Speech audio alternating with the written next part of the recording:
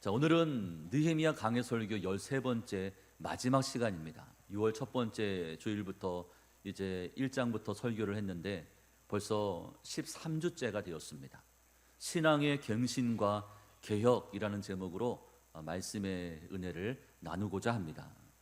지난 주일에는 성벽 봉헌식이란 제목으로 말씀을 드렸는데, 사실 느헤미야는 예루살렘 성벽을 재건한 이후에 그 즉시 성벽 봉헌식을 한 것이 아니었습니다. 먼저 온 백성을 한자리에 불러 모았습니다. 하나님의 말씀을 통한 영적 부흥운동을 일으켰습니다.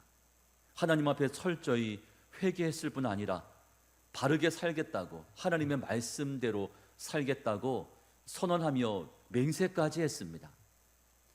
그러고 나서 성벽 봉헌식을 거행한 것이죠.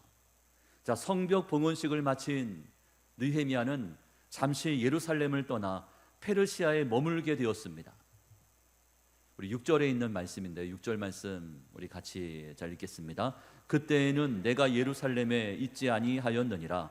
바벨론 왕 아다사스다 32년에 내가 왕에게 나아갔다가 며칠 후에 왕에게 말미를 청하고, 여기서 며칠 후라는 이 말은 이 말 그대로 며칠이 아니라 한 해가 저물 때라는 뜻으로 직역할 수 있습니다. 그러므로 느헤미야가 페르시아로 돌아간 지 1년이 다 되어갈 그 무렵이었습니다. 자, 그 1년 사이에 유다 백성의 모습은 예전 모습으로 다시금 돌아가 버렸습니다. 예전에 하나님을 떠나 있었던, 예전에 하나님 앞에 불순종했던 그 모습으로 다시금 돌아가 있었습니다. 무너져 있던 성벽이 재건되었고 영적 부흥운동을 통해서 회개하며 맹세까지 했었지만 실제적인 그들의 삶은 조금도 나아진 것이 없었습니다. 오히려 영적으로 후퇴하였죠. 그들의 신앙은 타락하고 말았습니다. 플러스가 아니라 마이너스 인생이었습니다. 여러분, 1년 전 여러분의 모습이 지금의 모습과 비교해 봤을 때 어떻습니까? 작년 9월 첫 번째 주일 여러분의 모습하고 이제 2024년 올해 9월 첫 번째 주일 여러분의 모습은 어떻게 달라졌습니까? 마이너스입니까? 아니면 플러스입니까? 1년 만에 돌아온 느헤미야는 더 이상 두고 볼 수 없었기 때문에 백성들의 근본적인 신앙의 갱신과 개혁운동에 박차를 가합니다. 그것에 앞장섰습니다. 특별히 오늘 본문에서는 신앙의 갱신과 개혁을 위해서 어떻게 살아야 하는지를 4가지로 말씀해 주고 있습니다. 여러분, 느헤미야서의 결론적인 말씀이죠. 그 4가지가 무엇입니까? 첫째는 하나님의 말씀을 기준으로 삼아야 합니다. 4절과 5절 말씀에 이렇게 기록합니다. 이전에 우리 하나님의 전의 방을 맡은 제사장 엘리야십이 도비야와 연락이 있었으므로 도비야를 위하여 한 큰 방을 만들었으니 그 방은 원래 소재물과 유향과 그릇과 또 레위 사람들과 노래하는 자들과 문지기들에게 11조로 주는 곡물과 새 포도주와 기름과 또 제사장들에게 주는 거제물을 두는 곳이라. 느헤미야가 잠시 자리를 비운 동안 성전 안에 어떤 일이 벌어집니까? 대제사장 엘리야십이 도비야라는 사람을 성전 안으로 끌어들였습니다. 자, 도비야 어떤 사람이었습니까? 그는 산발락과 결탁하여 성벽 재건을 집요하게 방해했던 그 인물이었습니다. 산발락과 도비야 서로 짝꿍이었지 않습니까? 자, 그런데 성전을 정결하게 보존해야 할 대제사장이 그와의 사적인 친분 때문에 성전 안에 있는 방들을 터서 큰 방을 만들어 그에게 내주었습니다. 세상과 타협하고 말았죠. 도비야에게 내어준 그 방은 어떤 용도였습니까? 본래 성물을 보관하던 거룩한 처소였습니다. 그 거룩한 처소를 대적자 도비아에게 내어준 것이죠. 느헤미야가 이 같은 사실을 알게 되었을 때 그는 지체하지 않고 도비아를 내칩니다. 그의 모든 세간을 모조리 갖다 버렸습니다. 그것을 다시금 정결케 했습니다. 그리고는 성물들을 그 방 안에 들여놓았습니다. 여러분, 도비아, 지금으로 말하면 무엇을 상징하고 있습니까? 어둠의 세력이죠. 즉 사단 마귀를 가리킵니다. 사탄이는 우리의 삶을 하나님과 멀어지게 합니다.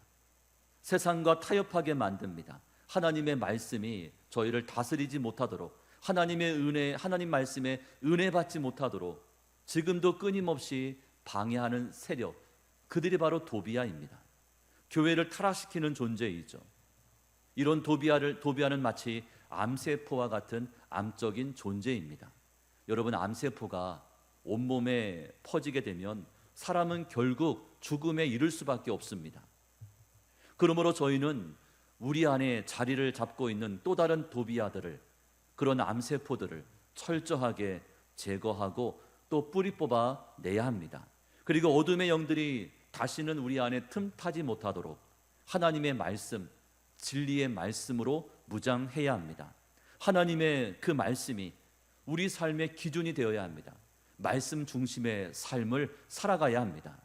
자, 신명기 30장 9절과 10절은 이렇게 이야기합니다. 내가 내 하나님 여호와의 말씀을 청종하여 이 율법책에 기록된 그의 명령과 규례를 지키고 내 마음을 다하며 뜻을 다하여 여호와 내 하나님께 돌아오면 내 하나님 여호와께서 내 손으로 하는 모든 일과 내 몸의 소생과 내 가축의 새끼와 내 토지 소산을 많게 하시고 내게 복을 주시되 곧 여호와께서 내 조상들을 기뻐하신 것과 같이 너를 다시 기뻐하사 내게 복을 주시리라. 하나님의 말씀 앞에 청종하게 되면 하나님의 이 같은 복을 받게 될 것이라고 말씀하고 있는 것입니다. 바라기는 하나님의 말씀을 청종하고 그 말씀이 우리 삶의 중심이 되어서 어떤 경우에도 어떤 상황 앞에서도 결코 좌우로 치우침이 없는 그런 저희 모두의 삶이 될 수 있기를 간절히 축복합니다. 두 번째, 신앙의 갱신과 개혁을 위해서는 성경적인 물질관을 정립해야 합니다. 우리 10절에 있는 말씀인데요, 우리 같이 잘 읽겠습니다. 내가 또 알아본 즉 레위 사람들이 받을 몫을 주지 아니하였으므로 그 직무를 행하는 레위 사람들과 노래하는 자들이 각각 자기 밭으로 도망하였기로. 여러분, 이스라엘이 망한 것은 경제적으로 어려웠기 때문이 아닙니다. 하나님께서 정해 놓으신 성경적인 물질 생활에서 실패했기 때문입니다. 이스라엘은 말씀 부흥회를 통해서 레위 사람들이 하나님을 섬기는 일에만 점령할 수 있도록 온전한 11조 헌금을 하겠다고 맹세와 서약을 했습니다. 여러분, 이스라엘은 12지파로 되어 있고 그 가운데 레위 지파는 하나님의 일에만 전념하는 그런 지파였습니다. 예배를, 제사를 집리하고 성전을 관리하는 그 일을 맡았습니다. 그래서 레위 지파에게는 땅을 분배하지 않았습니다. 11개 지파에서 그들이 11조를 걷어 레위 지파의 모든 필요들을 공급해주고 채워주었습니다. 그 레위 지파가 지금으로 이야기하면 교회 교역자들이라고 말할 수가 있는 것이죠. 하지만 그들의 이 같은 맹세와 서약은 오래 가지를 못했습니다. 그들은 느헤미야가 자리를 비우자마자 약속했던 헌금 생활을 등한시합니다. 헌금을 하지 않습니다. 레위 지파 사람들의 필요를 책임지지 않았습니다. 자, 그러자 레위 지파 사람들은 먹고 살기 위해서 예루살렘을 떠나 각자의 고향으로 흩어지고 도망하였다고 성경은 기록합니다. 느헤미야는 백성들의 지도자들을 불러서 그들을 책망했습니다. 11절 말씀에 그 내용이 나와 있죠. 내가 모든 민장들을 꾸짖어 이르기를 하나님의 전이 어찌하여 버림바 되었느냐 하고 그 레위 사람을 불러 모아 다시 제자리에 세웠더니. 느헤미야는 다시금 레위 사람들을 성전으로 불러들였습니다. 백성들은 11조를 가져왔고 그것을 성전 창고에 들여놓았습니다. 또 그것을 관리할 수 있는 충직한 일꾼들도 세웠습니다. 여러분, 저희가 신앙생활에서 복된 삶을 지속적으로 살기 위해서는 물질을 사랑하거나 또는 물질에 집착해서는 안 됩니다. 여러분, 모든 믿는 자들이 언제 넘어집니까? 언제 시험에 듭니까? 물질 때문이죠. 그 물질 때문에 시험에 들기도 하고 물질 때문에 세상으로 나아갈 때가 많습니다. 하지만 저희는 오직 하나님만 내 인생의 주인으로, 하나님을 내 삶의 목자로 삼으셔야 합니다. 이것은 너무나 중요한 문제입니다. 하나님을 목자로 삼았던 다윗은 다음과 같이 고백을 했습니다. 시편 23편 1절 말씀에 기록하였죠. 여호와는 나의 목자시니 내게 부족함이 없으리로다.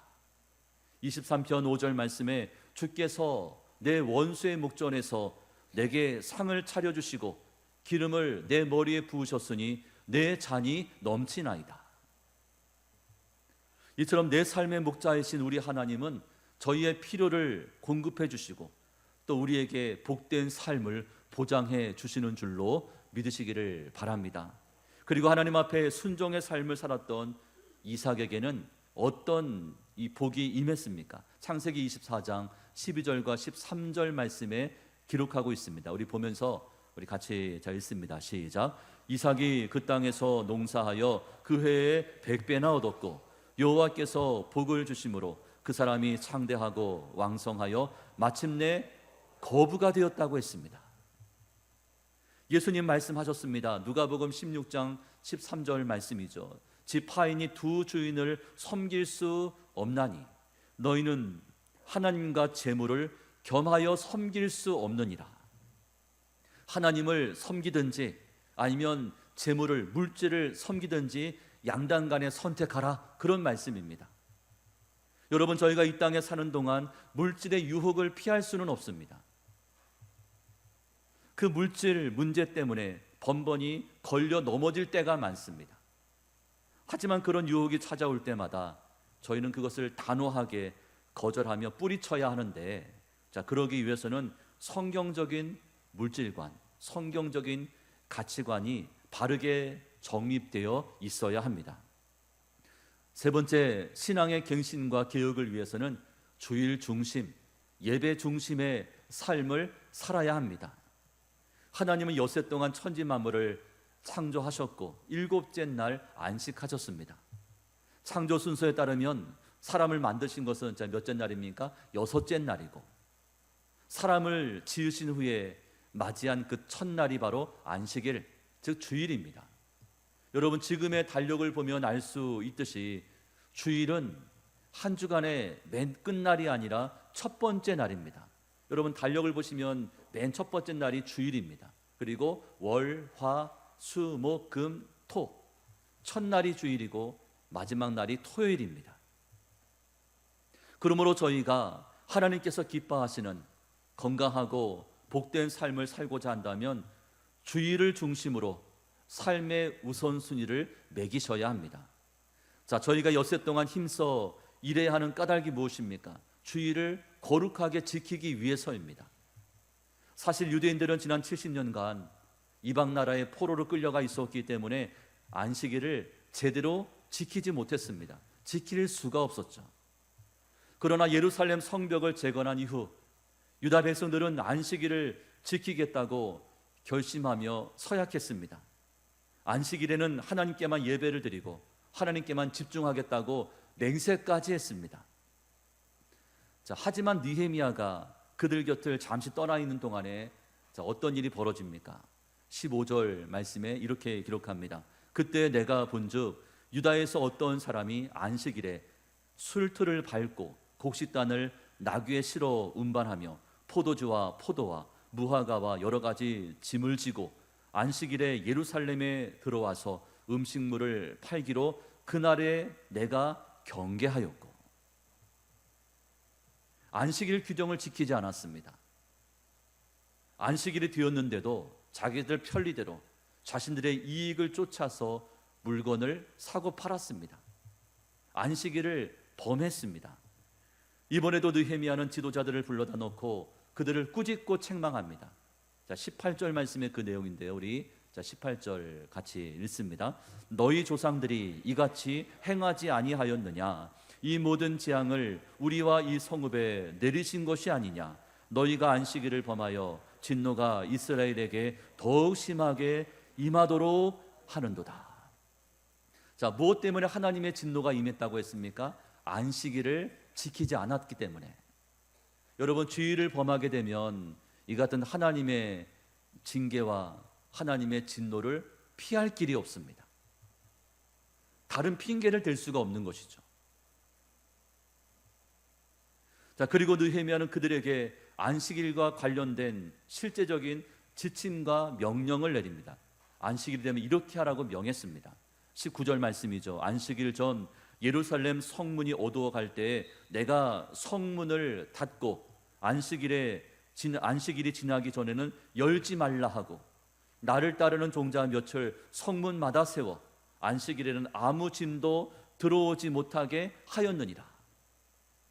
안식일엔 성문을 걸어 잠거라. 어떤 누구도 안식일이 되면 예루살렘으로 드나들지 못하게 하라. 짐을 지고서 움직이지 못하게 해라. 아무 일도 하지 못하게 해라. 그런 지침과 명령을 내립니다. 여러분, 안식일에는 하나님 앞에 예배를 드리고 또 하나님께 감사와 찬송과 영광을 올려드려야 합니다.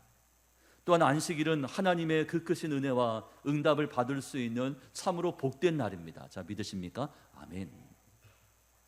그러므로 안식일은 저희가 손해보는 날이 아니고, 안식일은 저희가 희생하는 날이 아님을 명심해야 합니다.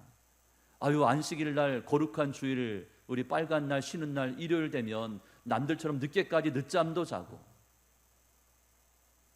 또 영화도 보러 가고 또 외식도 하고 또 나들이도 다녀오고 집안일도 하고 그렇게 그 날을 보내야 되지 않겠습니까? 그날밖에 쉬는 날이 없는데.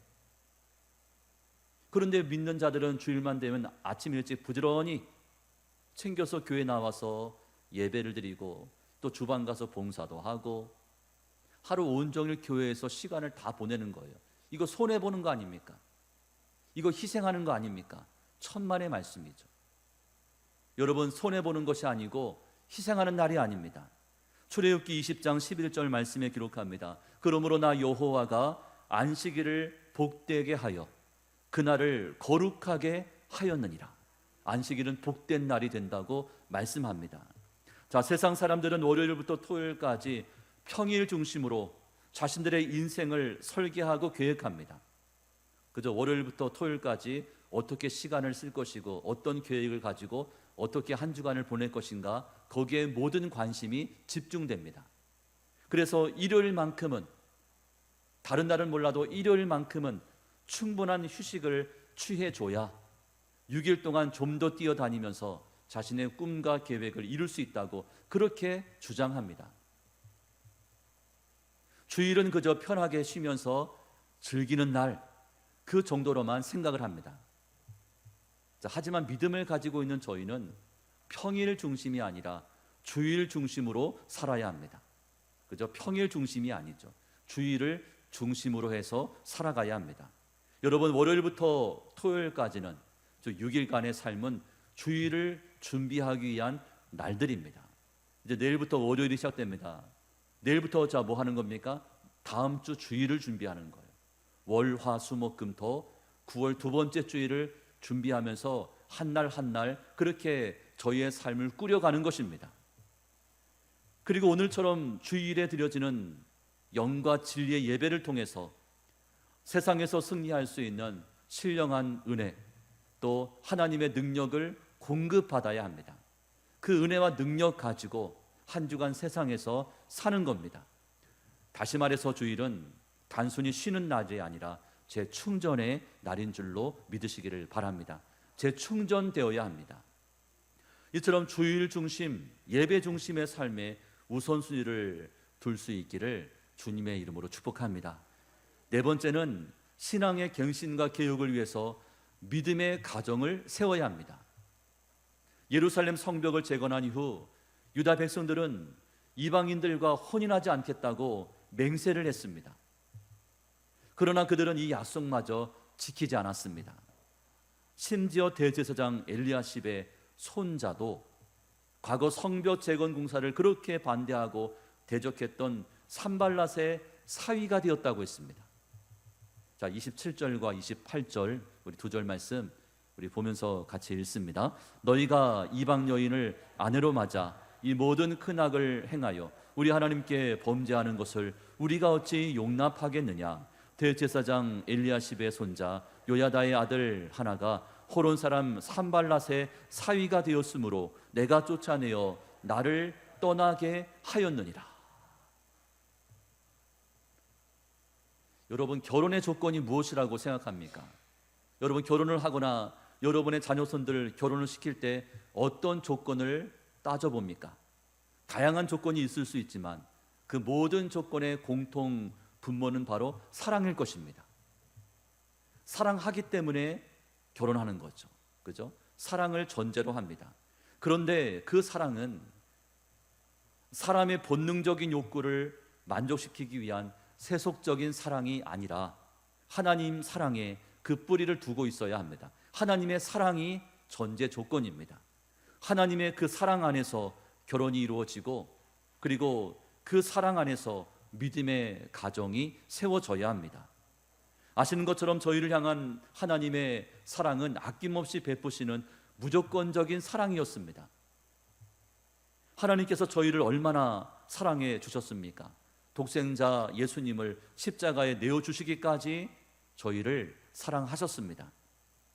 그러니 우리 하나님을 마땅히 사랑해야 하는 것이죠. 다른 무슨 이유가 더 필요하겠습니까? 이 사랑 안에서 믿음의 배우자를 만나고 또 이 신앙 안에서 자녀손들을 결혼시키고 그리고 믿음의 가정을 세워가야 합니다. 특별히 다윗은 시편 18편에서 다음과 같이 고백합니다. 18편 1절과 2절 말씀에 기록합니다. 나의 힘이신 여호와여 내가 주를 사랑하나이다. 여호와는 나의 반석이시요 나의 요새시요 나를 건지시는 이시요 나의 하나님이시요 내가 그 안에 피할 나의 바위시요 나의 방패시요 나의 구원의 뿌리시요 나의 산성이시로다. 여러분, 다윗의 이 고백이 저와 여러분의 고백이 될 수 있기를 축복합니다. 사람은 참 연약하고 간사한 것을 볼 수 있습니다. 얼마나 간사한지 모릅니다. 받은 그 큰 은혜를 쉽게 잊어버립니다. 아무렇지도 않게 옛 생활로 돌아가 버립니다. 그러나 느헤미야는 하나님 앞에 계속적으로 반복해서 무엇이라고 기도했습니까? 저희는 비록 쉽게 잊어버리고 기억하지 못하는 어리석고 연약한 그런 모습이지만 신앙의 갱신과 개혁을 이루기 위해서 몸부림을 치고 있는 저희를 기억해 달라고 그렇게 하나님 앞에 호소하면서 매달렸습니다. 22절 말씀에 내 하나님이여 나를 위하여 이 일도 기억하시옵고 주의 크신 은혜대로 나를 아끼시옵소서. 31절 말씀에 또 뭐라고 기록합니까? 우리 31절 말씀이죠. 우리 같이 잘 읽겠습니다. 또 정한 기한에 나무와 처음 익은 것을 드리게 하였사오니 내 하나님이여 나를 기억하사 복을 주옵소서. 이제 말씀을 맺습니다. 저희는 예수님을 믿음으로 말미암아 하나님의 자녀가 되었습니다.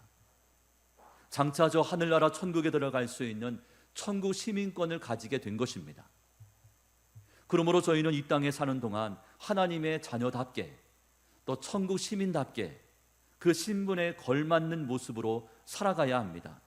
여러분, 이 땅에서 하나님의 은혜와 축복을 지속적으로 받아 누리기를 원한다면 끊임없는 신앙의 갱신 또 신앙의 개혁이 우리 안에 필요한 줄로 믿습니다.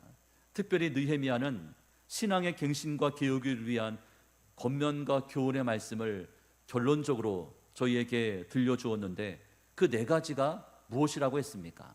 우리 화면에 보시면 네 가지를 띄워드립니다. 우리 복습하는 마음으로 제가 첫째 하면 그 뒤를 읽어주시면 됩니다. 자, 첫째, 하나님의 말씀을 기준으로 삼아야 합니다. 둘째, 성경적인 물질관을 정립해야 합니다. 셋째, 주일 중심, 예배 중심의 삶을 살아야 합니다. 넷째, 믿음의 가정을 세워야 합니다. 할렐루야, 아멘. 이처럼 우리의 신앙이 주님을 닮아갈 때마다 우리의 신앙이 성장하며 성숙해질수록 하나님의 인도하심, 하나님의 돌보심, 그리고 하나님의 기도 응답 또한 그 지경이 훨씬 더 깊어지는 줄로 믿습니다. 여러분, 신앙의 갱신과 개혁은 하루아침에 이룰 수 있는 것이 아닙니다.